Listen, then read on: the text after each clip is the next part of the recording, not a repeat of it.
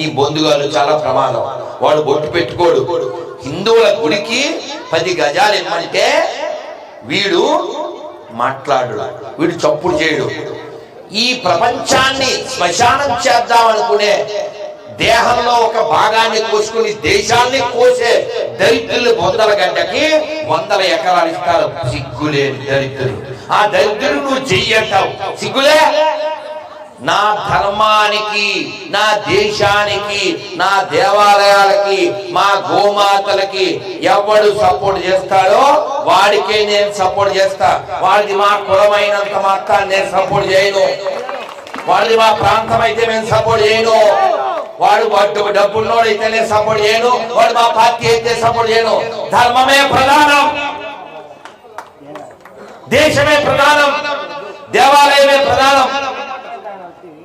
మన దేవాలయాల్లో డబ్బులు పట్టుకుపోతారు, మన దేవాలయాల్లో బంగారం ఎత్తుకెళ్తారు, మన దేవాలయాలు ఉండే భూముల్ని ప్రతి పథకానికి వాడుకు దొబ్బుతారు. మన దేవాలయాల్లో టికెట్లు పెట్టి, మన ఇక్కట్లు పెట్టి ఆ డబ్బులు సంపాదించి మనని ఇబ్బంది పెడుతూ ఉంటారు.